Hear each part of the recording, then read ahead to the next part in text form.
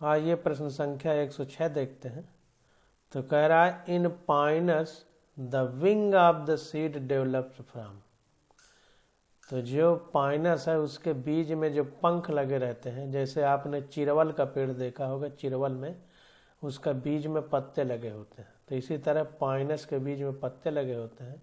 तो कह रहा है वो पत्ते किस चीज़ से डेवलप होते हैं, तो ओवलीफेरस स्केल से डेवलप होते हैं।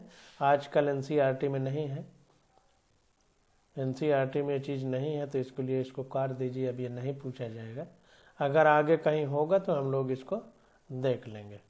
तो 106 का ए ऑप्शन हमारा करेक्ट है।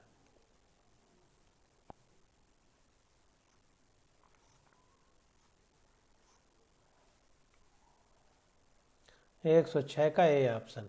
अब चूंकि पूछा नहीं जाना है तो इसको ज़्यादा डिटेल में पढ़ने का कोई मतलब नहीं है। अब 107 नंबर क्वेश्चन देखते हैं। कह रहा है which one is the most advanced and evolutionary view point. तो ये कह रहा है कि जितने भी हैं इनमें से सबसे ज़्यादा एडवांस कौन सा है विकासीय लक्षण के आधार पर, इवोल्यूशनरी व्यू के आधार पर। तो देखिए पाइनस हमारा जिम्नोस्पर्म है, फ्यूनेरिया इसके अंतर्गत मास आते हैं, क्लेमाइडोमोनास एल्गी के अंतर्गत आता है, इसी प्रकार सिलेजनेला भी मास के अंतर्गत आता है। तो देखते हैं सिलेजनेला मासा के अंतर्गत आता है या टेरिडोफाइटा के। तो सबसे आगे देखा जाए तो पहले एल्गी, फिर फंजाई, फिर ब्रायो, फिर टेरिडो, फिर जिम्नो, फिर एंजियो। तो जिम्नो सबसे आगे आ रहा है, इसलिए पाइनस हमारा सबसे एडवांस हो जाएगा। तो 107 नंबर क्वेश्चन देखते हैं। देखिए Pinus is more advance from the evolutionary point of view. जो पाइनस है हमारा ये सबसे ज़्यादा विकासीय लक्षण के आधार पर एडवांस है, यानी सबसे आगे है। इट इज ए जिम्नोस्पर्म, यह अनावृत बीजी पौधा है यानी जिम्नोस्पर्म है, जिसको हम फेनेरोगैम्स भी कहते हैं यानी बिना फूल वाले पौधे। Having well developed vascular conducting tissue and bears seeds. अब जो है इसके अंतर्गत सीड पाए जाते हैं और संवहन ऊतक भी विकसित हैं। While other Selaginella, Funaria and Chlamydomonas do not bear seeds. और अन्य जो है सिलेजनेला, फ्यूनेरिया और क्लेमाइडोमोनास इनमें बीज नहीं पाए जाते। सिलेजनेला हमारा ये ब्रायोफाइटा के अंतर्गत आता है। ब्रायोफाइटा के अंतर्गत सिलेजनेला, फ्यूनेरिया दोनों आ जाएंगे। क्लेमाइडोमोनास हमारा एल्गी है। अब 108 नंबर क्वेश्चन देखते हैं। कह रहा है resin and turpentine are obtained from. तो रेजिन और टर्पेंटाइन कहाँ से मिलता है, तो इसे हम पाइनस से प्राप्त करते हैं, जो कि एक जिम्नोस्पर्मिक यानी अनावृत बीजी पौधा है। तो resin and turpentine are obtained from Pinus which is gymnospermic plant. तो रेजिन और टर्पेंटाइन पाइनस से प्राप्त किया जाता है, जो कि अनावृत बीजी यानी जिम्नोस्पर्मिक पौधा है। Cycas is an ornamental plant. Cycas का यूज सजावटी पौधे के रूप में किया जाता है। Paper and Canada balsam are obtained from Abies. जो पेपर और कनाडा बाल्सम है इसको एबीज से प्राप्त किया जाता है। And timber is obtained from Cedrus deodara. और जो टिम्बर है हमारा घर बनाने वाली लकड़ी है, जिसके पोल बनाए जाते हैं, खम्भे, तो ये लकड़ी हमको प्राप्त होती है सिड्रस देवदारा से।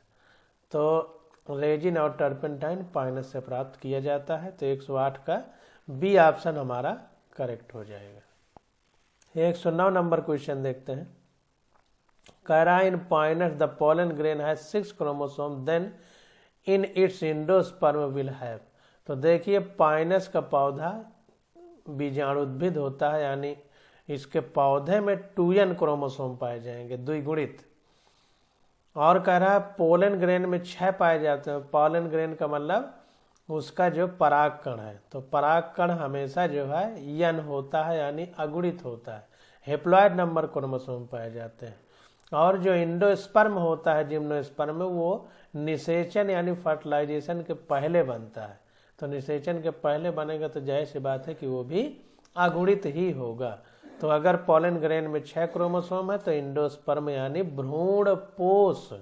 भ्रूणपोष में भी 6 क्रोमोसोम होंगे। तो 109 का सी ऑप्शन हमारा करेक्ट हो जाएगा। तो देखिए यहाँ पर दिया गया है, कह रहा है in Pinus if the pollen grain has 6 chromosome then its endosperm will also have 6 chromosome.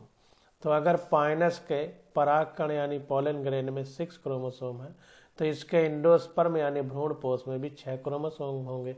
S endosperm and pollen grain are both haploid structure, क्योंकि परागकण और इंडोस्पर्म यानी भ्रूणपोष दोनों हेप्लॉइड यानी अगुणित संरचनाएं हैं। अब 110 नंबर क्वेश्चन देखते हैं।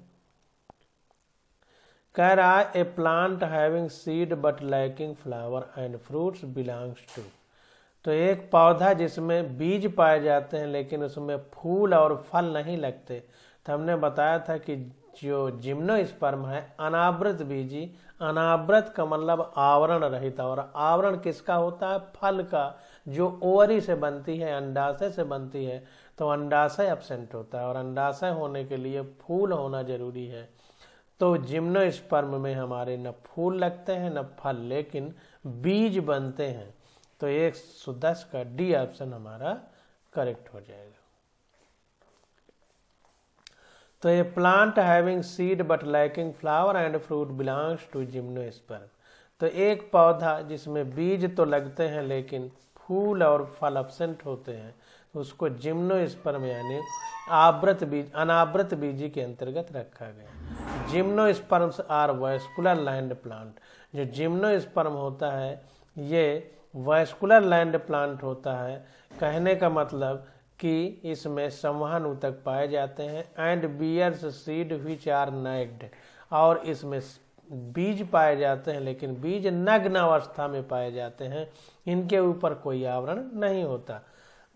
That is ovules not enclosed in the ovary. कहने का मतलब कि जो ओव्यूल यानी बीजांड हैं वो ओवरी यानी अंडाशय के भीतर बंद नहीं रहते। हेंस फ्लावर्स आर एब्सेंट, इसलिए फूल एब्सेंट होते हैं, क्योंकि फूल में ही नर और मादा भाग होते हैं और मादा भाग ओवरी जो है नहीं पाया जाता। इसका मतलब फूल नहीं पाए जाएंगे। तो 110 का डी ऑप्शन हमारा करेक्ट हो जाएगा। 111 नंबर क्वेश्चन देखते हैं। कह रहा है a plant in which sporophytic generation is represent by zygote is. कह रहा है एक ऐसा पौधा जिसमें जो स्पोरोफिटिक यानी 2n अवस्था, द्विगुणित अवस्था वाली जो पीढ़ी है, हमने पढ़ा था पीढ़ी एकांतरण यानी अल्टरनेशन ऑफ जनरेशन। तो हमने बताया था वहाँ पर कि पौधों की लाइफ साइकिल यानी जीवन चक्र में 2 अवस्थाएं आते हैं, एक अगुणित n वाली, एक द्विगुणित 2n वाली।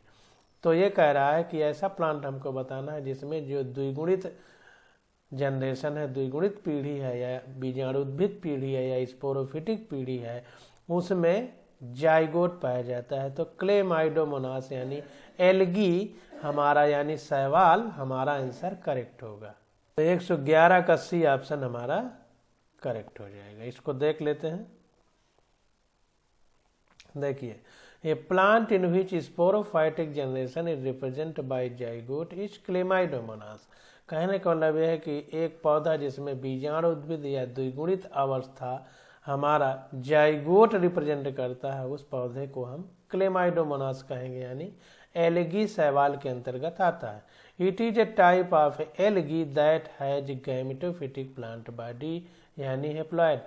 कहने का मतलब है कि क्लेमाइडोमोनास एक प्रकार का शैवाल है जिसका जो युग्मकोद्भिद है पौधा, इसका पौधा युग्मकोद्भिद होता है यानी अगुणित होता है यानी हेप्लॉइड होता है। It reproduce sexually by gamete which are isogametes. ये जो है जनरली जो जनन होता है सेक्सुअल रिप्रोडक्शन यानी लैंगिक जनन, तो ये गैमीट यानी युग्मक द्वारा होता है। विच आर आइसोगैमीट्स, जो कि सम युग्मक होते हैं, यानी सारे युग्मक बराबर होते हैं नेचुरली, मतलब फंक्शन से भी और स्ट्रक्चर से भी। That fuses to produce diploid zygote, जो कि फ्यूज करके आपस में मिल करके द्विगुणित जाइगोट बनाते हैं, यानी 2n वाला। गैमीट हमेशा n होते हैं यानी अगुणित होते हैं, जाइगोट हमेशा द्विगुणित होता है, इसको ध्यान देना है। तो गैमीट जब मिलेंगे तो द्विगुणित जाइगोट बनता है। Which is the only sporophytic generation, जो कि इस पौधे में यही जाइगोट ही केवल बीजाणुद्भिद अवस्था है या द्विगुणित अवस्था है या स्पोरोफिटिक अवस्था है। 112 नंबर क्वेश्चन देखते हैं। कह रहा है in Pinus gymnosperm the haploid structure आज, कह रहा है कि पाइनस जो कि एक जिम्नोस्पर्म यानी अनावृत बीजी पौधा है, तो कह रहा है इसमें हेप्लॉयड स्ट्रक्चर कौन सा है। तो देखिए मेगास्पोर यानी मादा युग्मक, मादा बीजाणु, गुर बीजाणु जिसको बोलते हैं, पॉलन ग्रेन यानी परागकण, एंड इंडोस्पर्म यानी भ्रूणपोष, ये सब के सब अगुणित यानी n स्ट्रक्चर, यानी इनमें क्रोमोसोम की संख्या अगुणित होती है यानी n होती है। मेगास्पोर ये मादा बीजाणु या गुर बीजाणु कह सकते हैं, तो ये भी n होगा हमारा। पॉलन ग्रेन है जो ये नर युग्मक कहेंगे या परागकण इसको कहते हैं, ये भी n होगा, n होता है। इंडोस्पर्म जो होता है जिम्नोस्पर्म में निषेचन के पहले बनता है, इसलिए ये भी n होगा। तो सारे n है, यानी बी वाला ऑप्शन हमारा करेक्ट हो जाएगा।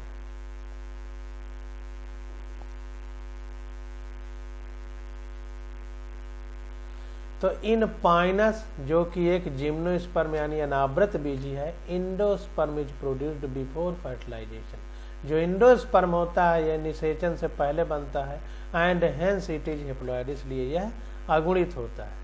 Megaspore and pollen grain are structure of male gametophyte and it is also haploid, जो मेगास्पोर यानी गुर बीजाणु है और पोलन ग्रेन यानी परागकण है, और structure of male and female होना चाहिए, ये फीमेल एंड मेल, ये फीमेल जो है भाग है मादा वाला, ये नर वाला, are structure of male and gametophyte and it is also haploid, और ये भी अगुणित होते हैं। 113 नंबर क्वेश्चन देखते हैं। कह रहा है in Pinus Cycas gymnosperm the endosperm is, तो पाइनस हो या साइकस हो सब जिम्नोस्पर्म यानी अनावृत बीजी हैं, और अनावृत बीजी में अभी ऊपर के ही क्वेश्चन में हमने पढ़ा कि जो इंडोस्पर्म यानी भ्रूण पोष, जो भ्रूण को पोषण देता है, जाइगोट को भोजन देता है, नरिशमेंट देता है, वो निषेचन से पहले बनता है, और निषेचन से पहले बनेगा तो जाहिर सी बात है कि निषेचन के पहले अगुणित होगा यानी हेप्लॉयड होगा। तो बी वाला आंसर हमारा करेक्ट हो जाएगा। तो 113 का बी आंसर हमारा करेक्ट है। और देखो ये भी बता रहा है कि 112 नंबर में हमने बता दिया है। 114 नंबर क्वेश्चन देखते हैं। अब एंजियोस्पर्म हम पढ़ेंगे आवृत बीजी। तो 114 नंबर क्वेश्चन में क्या कह रहा है, कह रहा है which one of the following pair is wrongly match. इसको ध्यान देना, रॉन्गली यानी हमको गलत बताना। रॉन्ग का मतलब होता है गलत। तो इसका जो है आंसर हमारा 114 का बी हो जाएगा। सैल्विनिया में प्रोथैलस नहीं पाया जाता है, प्रोथैलस फर्न में पाया जाता है। और इसको देखते हैं, तो 114 का बी आंसर हमारा करेक्ट हो जाएगा। 114 का बी, प्रोथैलस किस में पाया जाता है, फर्न में। अगर यहाँ पर फर्न होता तो सही हो जाता। एनसीईआरटी में हमने फर्न पढ़ा है, तो फर्न में प्रोथैलस पाया जाता है, सैल्विनिया में नहीं। गिंगो में, गिंगो बाइलोबा में स्त्री धानी पाई जाएगी। वायरॉयड प्योर आरएनए होता है। मस्टर्ड में सिनर्जिट्स पाई जाएंगी। मस्टर्ड हमारा यही सरसों हो गया, सरसों हमारा आवृत बीजी पौधा है, तो इसमें सिनर्जिट्स पाई जाएंगी। सिनर्जिट्स का मतलब ऐसे जो बना हुआ था अंडाशय, उसमें यहाँ पर एग सेल थी और इसके अगल बगल 2 सिनर्जिड्स थी और इधर 2 एंटीपोडल सेल थी और बीच में द्वितीयक केंद्रक थे 2 ठो। ये हमने बताया था आपको। तो 114 का बी ऑप्शन हमारा गलत हो जाएगा और गलत ही पूछ रहा है इसलिए सही हो जाएगा। 115 नंबर क्वेश्चन देखते हैं। कह रहा है how many organism in the list given below are autotrophs. कह रहा है जितने भी ऑप्शन इसमें दिए गए हैं इनमें कितने जो है ऑटोट्रॉप है। ऑटो का मतलब स्वयं, ट्रॉप्स का मतलब पोषण, यानी स्वपोषी हैं, अपना भोजन स्वयं बनाते हैं। तो इसको देखते हैं। वैसे तो 115 का सी ऑप्शन हमारा करेक्ट है। Autotrophic nutrition involve manufacture of organic material from inorganic raw material with the help of energy obtained from outsided sources. तो ऑटोट्रोपिक न्यूट्रिशन यानी स्वपोषण का पहले मतलब क्या है उसको समझ लीजिए। तो इसका मतलब ये है कि यह पौधा अपना भोजन इनऑर्गेनिक रॉ मटेरियल यानी अकार्बनिक कच्चे पदार्थों से बनाता है with the help of energy obtained from outside source, और जो ऊर्जा इसको प्राप्त होती है बाहरी सोर्स यानी स्रोतों से प्राप्त होती है। It is of 2 type. ये 2 प्रकार के होते हैं ऑटोट्रोपिक न्यूट्रिशन में। 2 प्रकार का है, एक कीमोसिंथेटिक, दूसरा फोटोसिंथेटिक यानी रसायन संश्लेषी और प्रकाश संश्लेषी। The organism which are able to manufacture their organic food from inorganic raw material with the help of energy derived from exergonic chemical reaction are called chemoautotrophs। तो ये कह रहा है कि वो जीव या पौधे जो भी हों, मतलब ऑर्गेनिज्म जिनको कहा जाएगा छोटे होने पर, तो वो अपना पदार्थ अगर अकार्बनिक मटेरियल से प्राप्त करते हैं और उनमें एक्सर्गोनिक केमिकल रिएक्शन होती हैं। एक्सर्गोनिक केमिकल रिएक्शन हम ऊर्जा के माध्यम से कराएंगे और एक्सर्गोनिक का मतलब जिनके रिएक्शन के बाद, अभिक्रिया के बाद ऊर्जा बाहर निकलती है, तो उन्हें कीमोऑटोट्रॉप बोलेंगे यानी रसायन स्वपोषी बोलेंगे। Nitrosomonas and Nitrobacter are chemoautotrophic nitrifying bacteria. तो जो नाइट्रोसोमोनास और नाइट्रोबैक्टर हमारे पास बैक्टीरिया हैं, बीजाणु हैं, तो ये हमारे कीमोऑटोट्रोप होते हैं यानी रसायन स्वपोषी होते हैं। आगे कह रहा है कि those organism who are manufactured तो ऐसे जो अपना भोजन those organism who are manufactured organic compound from inorganic raw material. ऐसे ऑर्गेनिज्म जो अपना भोजन ऑर्गेनिक और can manufactured organic compound from inorganic raw material. तो अपना जो those organism who are manufactured organic compound, ऐसे जीव जो कार्बनिक पदार्थ बनाते हैं अपने लिए इनऑर्गेनिक कच्चे पदार्थों से with the help of solar energy, जो प्रकाश की उपस्थिति में, in the presence of photosynthetic pigment, जो प्रकाश संश्लेषी वर्णक के उपस्थिति में, आर कॉल्ड फोटोऑटोट्रॉप्स। उनको प्रकाश संश्लेषी स्वपोषी बोलते हैं। इनमें कौन कौन सा आ जाएगा? नॉस्टॉक, कारा, पोरफाइरा एंड वोल्फिया। तो 4 ये हो गए और 2 ये हो गए, नाइट्रोबैक्टर, नाइट्रोसोमोनास, यानी 6 हमारे ऐसे होंगे। तो 115 का सी ऑप्शन हमारा करेक्ट हो जाएगा। तो 115 में सी मतलब इनमें 6 हैं, ढूंढ लीजिएगा। नास्टाक, नाइट्रोबैक्टर, नाइट्रोसोमोनास, ऐसे करके 6 इसमें आ जाएंगे जो आंसर में पीछे दिया गया। तो 115 का सी ऑप्शन हमारा करेक्ट हो जाएगा। 116 नंबर क्वेश्चन देखते हैं।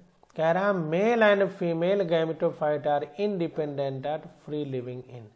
तो नर और मादा युग्मकोद्भिद यानी इसका पौधा यन है, अगुणित है, आर इंडिपेंडेंट फ्री लिविंग, तो वो स्वतंत्र हो और आपस में एक दूसरे पर निर्भर ना हो। तो किस में पाया जाएगा? तो ये स्फेगनम में पाया जाएगा। पीट मास, बॉग मास, स्फेग्नम। तो 116 का डी वाला आंसर करेक्ट हो जाएगा। तो देखिए स्फेग्नम इज ए ब्रायोफाइट। स्फेग्नम जो है ब्रायोफाइटा के अंतर्गत आता है। It will dominant phase are plant bodies independent and free living gametophyte. इसका शरीर आत्मनिर्भर होता है, यानी किसी पर निर्भर नहीं होता और स्वतंत्र रूप से अपना जीवन जीता है।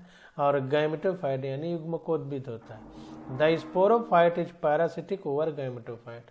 जो बीजाणुद्भिद अवस्था है यानी द्विगुणित अवस्था है या बीजाणुद्भिद है वो पैरासाइट यानी परजीवी होता है और गैमेटोफाइट यानी युग्मकोद्भिद पर निर्भर करता है। इन पाइनस, पाइनस जो कि अनावृत बीजी पौधा यानी जिम्नोस्पर्म है।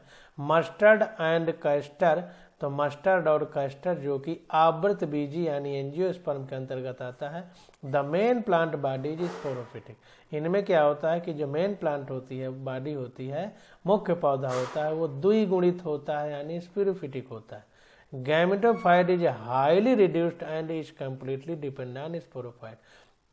जो युग्मकोद्भिद यानी गैमेटोफाइट है वो बहुत ज्यादा क्षीण होता है, रिड्यूस हो जाता है and is completely dependent on sporophyte, और पूरी तरह से बीजाणुद्भिद यानी द्विगुणित अवस्था में निर्भर करता है। तो 116 का डी ऑप्शन यानी स्फेग्नम में युग्मकोद्भिद में होता है और फ्री लिविंग होता है और आत्मनिर्भर होता है, किसी पे डिपेंड नहीं होता। तो ये हमारा स्फेग्नम करेक्ट हो जाएगा। तो male and female gamete are independent and free living in sphagnum. 117 number question देखते हैं। कह रहा है select one of the following pair of important feature distinguishing gnetum from cycas and pinus and showing affinities with angiosperms। तो ये D option हमारा correct हो जाएगा। Presence of vessel element and absent of archegonium. तो vessel element जो कि xylem में पाए जाते हैं वो तो प्रेजेंट होंगे, लेकिन आर्चिगोनियम यानी स्थिर धानी एब्सेंट होगी। अब इसको देख लेते हैं। इतना डिटेल में अब क्वेश्चन नहीं पूछे जाएंगे क्योंकि एनसीईआरटी में नहीं दिया गया, फिर भी बता देते हैं। तो in gymnosperm except order gnetales. तो जो जिम्नोस्पर्म है जिसका एक आर्डर नीटेल्स है जिसको नीटम भी कहते हैं। Xylem consist of xylem parenchyma and tracheids. तो जो जाइलम होता है उसमें जाइलम पैरेन्काइमा और ट्रैकिड्स पाई जाती हैं। With bordered pit but like vessels, जो कि गड्ढे के किनारे किनारे पाई जाती हैं। बॉर्डर मतलब किनारा, पिट मीन्स गड्ढा। बट लाइक वेसेल्स, लेकिन वेसेल्स एब्सेंट होती हैं। So Gnetales are the most advance among gymnosperm. इसलिए निटेल जो है वो जिम्नोस्पर्म यानी अनावृत बीजी से ज्यादा एडवांस है। दे लाइक आर्चिगोनिया, इसमें स्त्री धानी नहीं होती। इन फीमेल गैमेटोफाइट मादा युग्मकोद्भिद में 10 शोविंग सिमिलरिटी विद एंजियोस्पर्म, इसलिए ये एंजियोस्पर्म से सिमिलरिटी यानी समानता दिखाता है। And act as connecting link between the two, और दोनों के बीच का एक तरह से कनेक्टिंग लिंक यानी बीच की कड़ी है एक तरह से जिम्नोस्पर्म और एंजियोस्पर्म के। 118 नंबर क्वेश्चन देखते हैं। कह रहा है conifer differ from grasses in the, तो formation of endosperm before fertilization. तो कॉनिफर जो है हमारा ये जिम्नोस्पर्म यानी अनावृत बीजी में आता है और ग्रास का मतलब घास, घास हमारा एंजियोस्पर्म है। तो ये जिम्नोस्पर्म है अनावृत बीजी, ये एंजियोस्पर्म है आवृत बीजी।